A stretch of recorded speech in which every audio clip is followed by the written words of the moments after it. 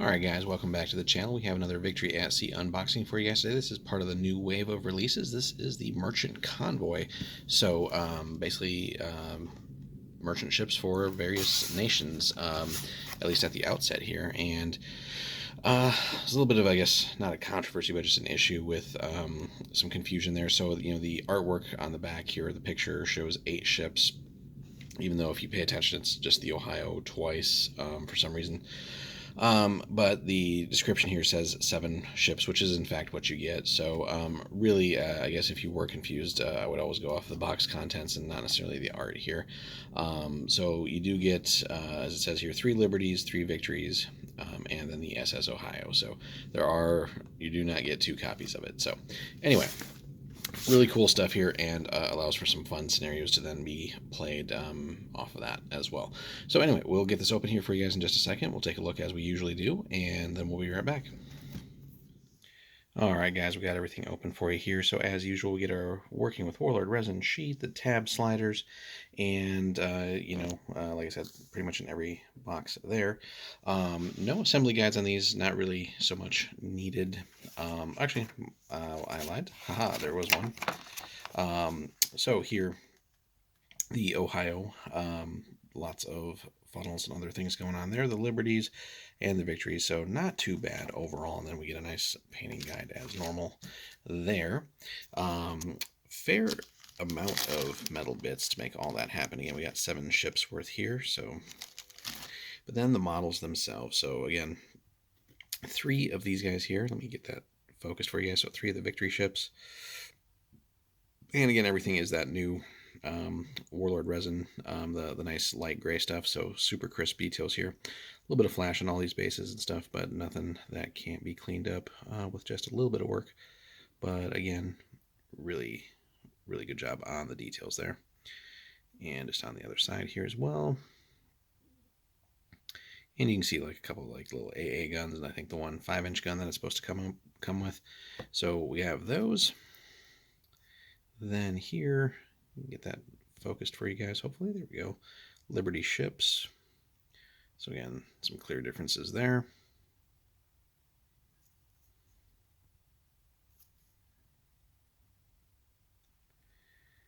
And from the front here as well.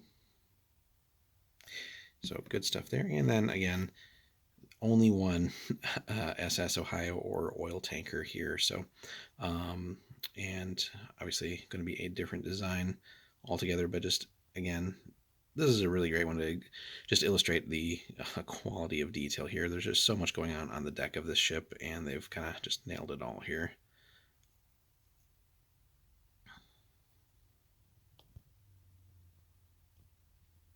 So yeah, oil tanker there on one side, and then SS Ohio on the other side here. So good stuff overall.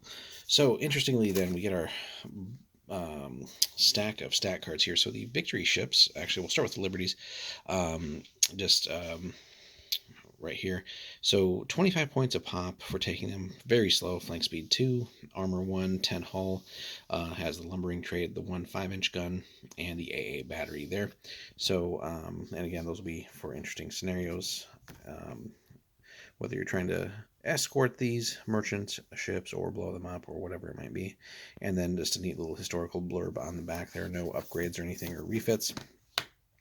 So those are the Liberties. We get onto the Victories, and these guys are triple the points. They have a couple of better stats, but I don't know really if that justifies triple the points here.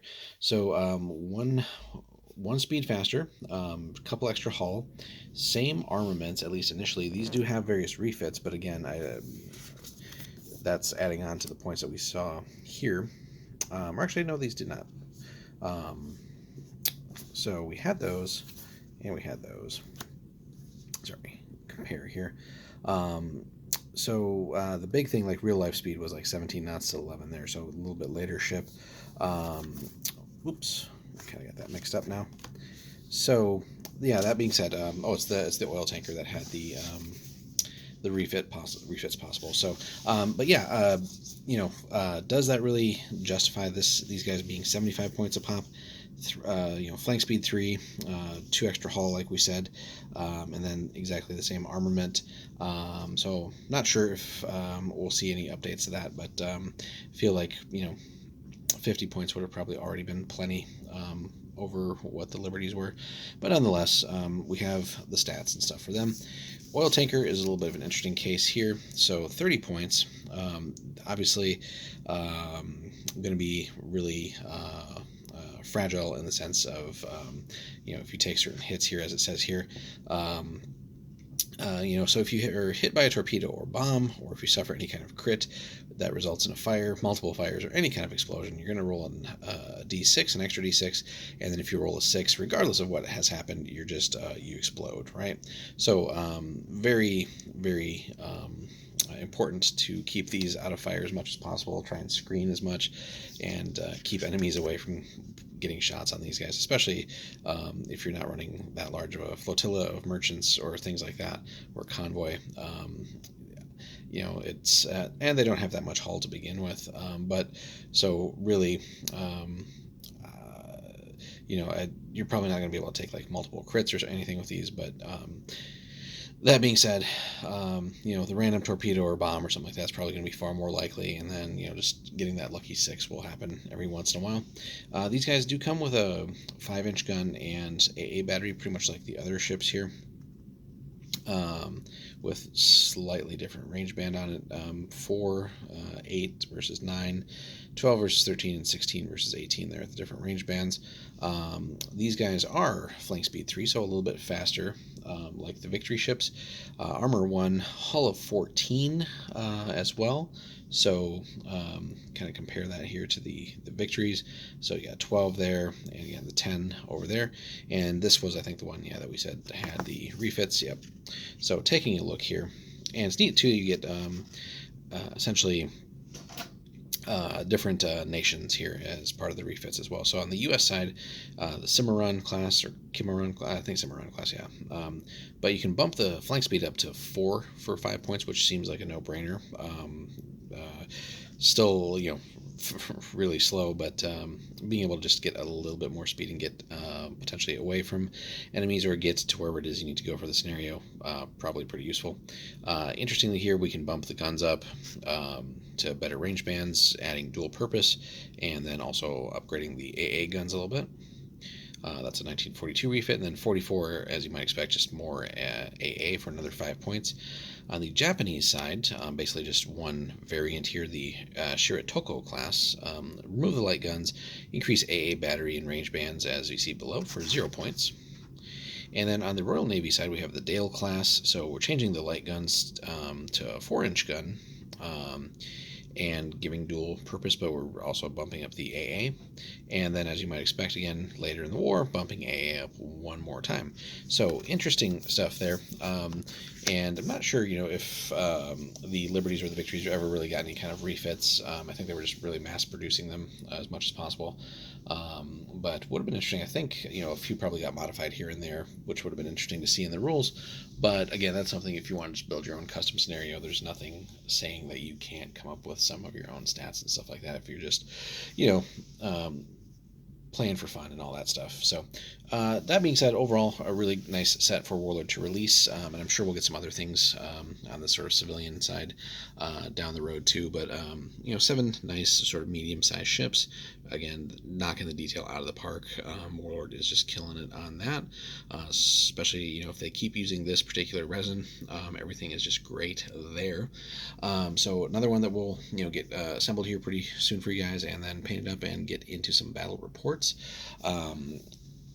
And then hopefully we'll also start seeing more missions and stuff, or scenarios that will allow us to field these in various ways.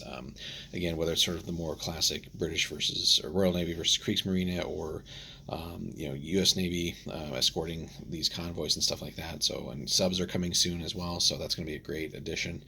And really nice expansion to what's available for the game there. So That being said, if you guys could leave us a comment, have you picked up the merchant fleet yourself or the merchant convoy here? What kind of scenarios have you run so far?